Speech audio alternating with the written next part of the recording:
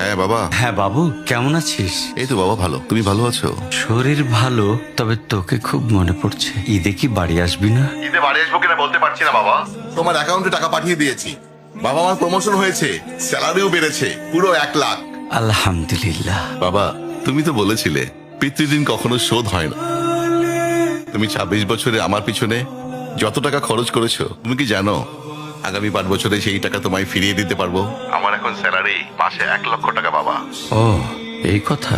তাহলে শোন, তোকে একটা গল্প বলি। বলো বাবা। তোর বয়স যখন 4, তখন আমার বেতন 3000 টাকা। 1200 টাকা ঘর ভাড়া দিয়ে 1800 টাকায় চলে সংসার। আমি আমার সাধ্যমতো সারা জীবন চেষ্টা করেছি তোর মাকে সুখী করতে, প্রতি ঈদে কোরবানি দিতে। তোকে যেবার প্রথম স্কুলে ভর্তি করালাম, সেবারই প্রথম আমরা আমাদের কোরবানি দিতে পারিনি। সে বছর তোর মাকেও কোনো উপহার দিতে পারিনি। তুই যখন ভার্সিটিতে উঠলি, আমাদের অবস্থা তখন মোটামুটি ভালো, কিন্তু খুব কষ্ট হয়ে গিয়েছিল যখন আমার ট্রান্সফার হয়। রোজ রোজ বাসে চড়ে, পায়ে হেঁটে, ঘামে ভিজে খুব দুর্বিষহ লাগছিল। একদিন শোরুম থেকে একটা বাইক দেখে আসলাম। সে রাতে আমি স্বপ্নেও দেখেছিলাম আমি বাইকে চড়ে অফিসে যাচ্ছি। কিন্তু পরের দিন তুই বায়না ধরলি, জার্নি করতে তোর কষ্ট হয়। তোর কষ্টে আমারও কষ্ট হয় বাবা। আমি বাইকটা তোকে কিনে দিয়েছিলাম।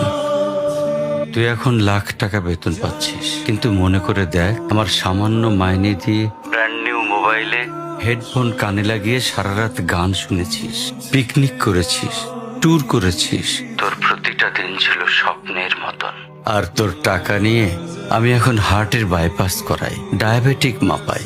জানিস বাবা, আমার মাছ খাওয়া নিষেধ, মাংস খাওয়া নিষেধ। কি করে এত টাকা খরচ করি বল? তোর টাকা নিয়ে তাই আমি কল্পনার হাট বসাই। সেই হাটে আমি বাইক চালিয়ে সারা শহর ঘুরে বেড়াই, বন্ধুদের নিয়ে সিনেমা দেখতে যাই। তোর মার হাত ধরে চাঁদনি পশরে সেন্ট মার্টিনের বালুচরে হেঁটে বেড়াই। চুপ করো বাবা প্লিজ, আমি তোমার কাছে চলে আসবো। তোমার টাকা না, আমি তোমার ভালোবাসা তোমায় ফিরিয়ে দিব বাবা। বোকা ছেলে, বাবাদের ভালোবাসা কখনো ফিরিয়ে দেয়া যায় না। তোকে একটা প্রশ্ন করি বাবা, ধর তুই, আমি আর তোর খোকা তিনজন এক নৌকায় বসে আছি। হঠাৎ নৌকাটা ডুবতে শুরু করলো। যে কোনো একজনকে তুই বাঁচাতে পারবি, কাকে বাঁচাবি? উত্তর দিতে হবে না। ছেলেরা বাবা হয়, বাবারা কখনো ছেলে হতে পারে না। পৃথিবীতে সবচেয়ে ভারী জিনিস কি জানিস? পিতার কাঁধে পুত্রের লাশ। আমি শুধু জায়নামাজে বসে একটা জিনিস চাই, আমার কবরের ঘরটায় যেন আমি আমার ছেলের কাঁধে চড়ে যাই। তাহলে তুই একটা ঋণ শোধ করতে পারবি, তোকে কোলে নেয়ার ঋণ।